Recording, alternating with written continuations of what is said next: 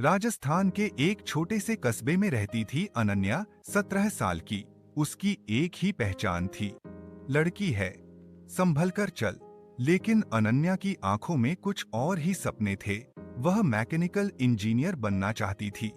उसकी आंखों में चमक थी, पर समाज उसकी आंखों पर धूल झोंकने में लगा था। क्लास में जब वह टॉपर बनती थी, लोग कहते, लड़की होकर इंजीनियर, ज्यादा उड़ने की कोशिश मत कर। घर में पड़ोस वाली आंटीज की आवाज गूंजती, लड़कियां घर संभालने के लिए बनी हैं, मशीनों के लिए नहीं। अनन्या मुस्कुराती, पर अंदर से टूटी रहती। 12वीं के बाद उसने अच्छे कॉलेज का एंट्रेंस क्लियर कर लिया। जब एडमिशन लेने का समय आया, पिता ने कहा, इतनी दूर अकेले जाकर पढ़ाई, पैसा भी बहुत लगेगा। तुम्हारी शादी के लिए भी कुछ बचाना है। अनन्या को लगा जैसे किसी ने उससे सांस छीन ली हो।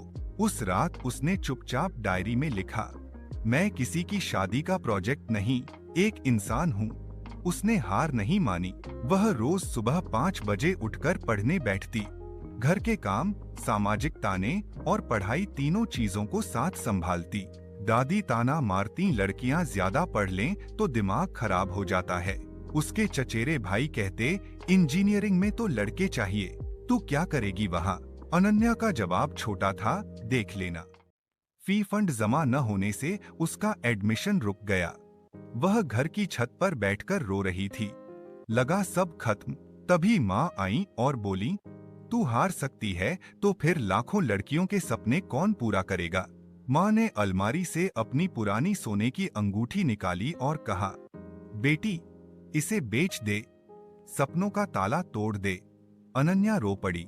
उसने कहा, माँ, मैं ये नहीं बेच सकती। माँ मुस्कुराई, अंगूठी फिर बन जाएगी, सपना नहीं। एडमिशन हो गया। अगले दिन अनन्या पहली बार हॉस्टल पहुंची। वहां भी लोग कहते, मैकेनिकल गर्ल्स के लिए नहीं होता। किसी ने उसके बैग पर लिखकर चिपका दिया, रॉन्ग डिपार्टमेंट। वह हंसकर बोली, मैं डिपार्टमेंट बदलने नहीं आई, डेफिनेशन बदलने आई हूँ। वर्कशॉप में लड़के उसे तानों से घेर लेते, ये स्पैनर पकड़ ले, नेल पॉलिश मत बिगाड़ देना। अनन्या के हाथ में मशीन का तेल लग जाता, कभी स्पैनर से हाथ कट जाता, कभी लोहे की चिंगारी से उंगली जल जाती, पर उसकी हिम्मत नहीं टूटती। रात को वह लैब में अकेले बैठकर मशीनें समझती, यूट्यूब पर वीडियो देखकर सीखती। थक जाती थी, पर रुकती नहीं थी। फाइनल ईयर में उसे एक ग्रुप प्रोजेक्ट दिया गया। ग्रुप के लड़कों ने कहा, तू पीपीटी बना देना, टेक्निकल हिस्सा हम कर लेंगे। अनन्या ने कहा, नहीं, मैं बनाऊंगी। उसने automatic water saving system design किया। 24 दिन बिना नींद, बिना आराम। प्रेजेंटेशन वाले दिन सभी स्टंट थे। पूरे हॉल में ताली गूंज उठी। प्रोफेसर ने कहा, this is innovation, this is passion. पहली बार किसी ने उसे नाम से नहीं, उसके काम से पहचाना। कॉलेज के प्लेसमेंट में एक बड़ी ऑटोमोबाइल कंपनी आई। लड़कियों की लाइन में सिर्फ 3 थीं, लड़कों की लाइन में 200। उसने अपना रिज्यूमे दिया। इंटरव्यूअर ने पूछा, girl in core mechanical, are you sure you can do it? Ananya ने आंखों में आत्मविश्वास के साथ कहा, I don't break, I design what doesn't. कमरे में कुछ सेकंड खामोशी छा गई। अगले दिन लिस्ट लगी। अनन्या का नाम सबसे ऊपर था। उसे 12 लाख का पैकेज मिला। वह रोई, कमजोरी से नहीं, गर्व से। वह घर गई, मां के पैर पकड़ लिए।